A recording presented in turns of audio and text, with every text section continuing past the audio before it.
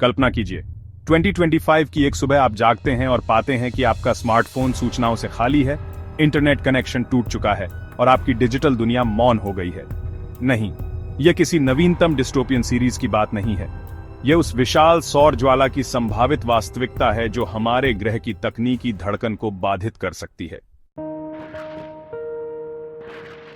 हमारा सूर्य एक विशाल परमाणु रिएक्टर 11 वर्षीय गतिविधि चक्र में संचालित होता है। जैसे जैसे हम सौर अधिकतम के करीब पहुंच रहे हैं, जो 2025 के आसपास होने की उम्मीद है, सूर्य की सतह चुंबकीय ऊर्जा का एक उबाल बन जाती है, जिससे सनस्पॉट और सौर ज्वालाएं जैसी घटनाएं होती हैं। ये ज्वालाएं तीव्र विकिरण के विस्फोट हैं जो जब पृथ्वी की ओर निर्देशित होती हैं, तो हमारी तकनीकी अवसंरचना में भारी व्यवधान पैदा कर सकती हैं। मई 2024 में हमने इस संभावित अराजकता की एक झलक देखी।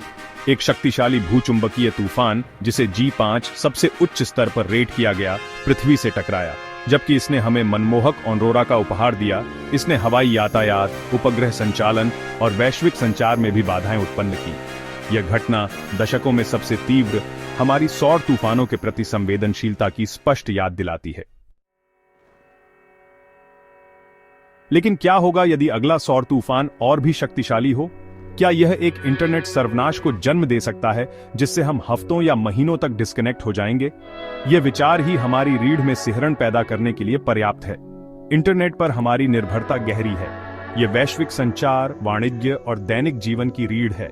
एक लंबा आउटेज आर्थिक उथल-पुथल, आपातकालीन सेवाओं में बाधा और समुदायों को अलग-थलग कर सकता है। अब इससे पहले कि आप अपने घर के चारों ओर एक फैराडे केज बनाना शुरू करें, चलिए थोड़ा हास्य जोड़ते हैं।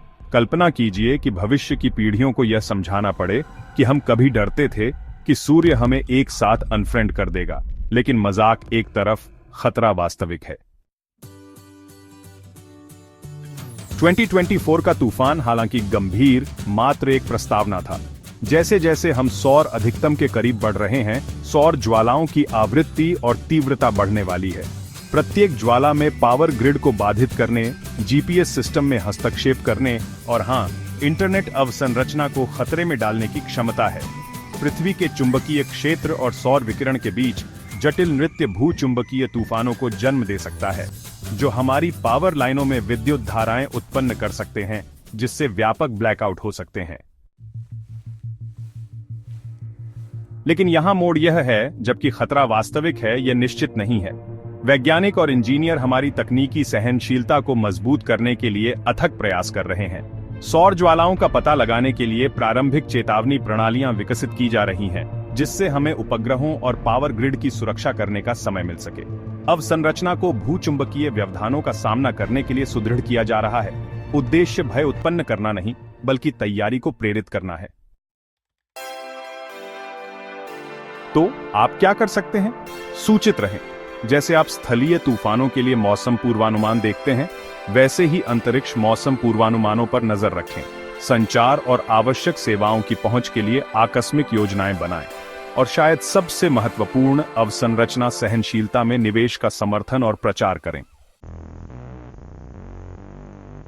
जैसे जैसे हम 2025 के करीब पहुंच रहे हैं, आसन्न सौर अधिकतम हमें प्रौद्योगिकी और प्रकृति के साथ हमारे संबंधों पर विचार करने की चुनौती देता है।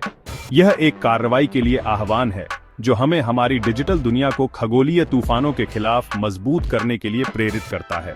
सूर्य अपनी पूरी ज्वलंत महिमा में हमें याद दिलाता है कि भले ही हमने कनेक्टिविटी की कला में महारत हासिल कर ली हो, हम अभी भी ब्रह्मांड की दया पर हैं।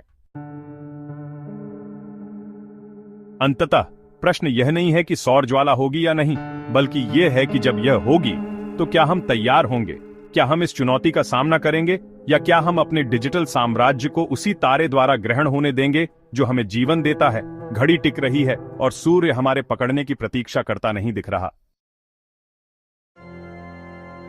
जैसे जैसे हम सौर अधिकतम के करीब पहुंच रहे हैं, दांव कभी इतने ऊंचे नहीं रहे। कार्रवाई का समय अब है। हमारी आपस में जुड़ी दुनिया इस पर निर्भर करती है।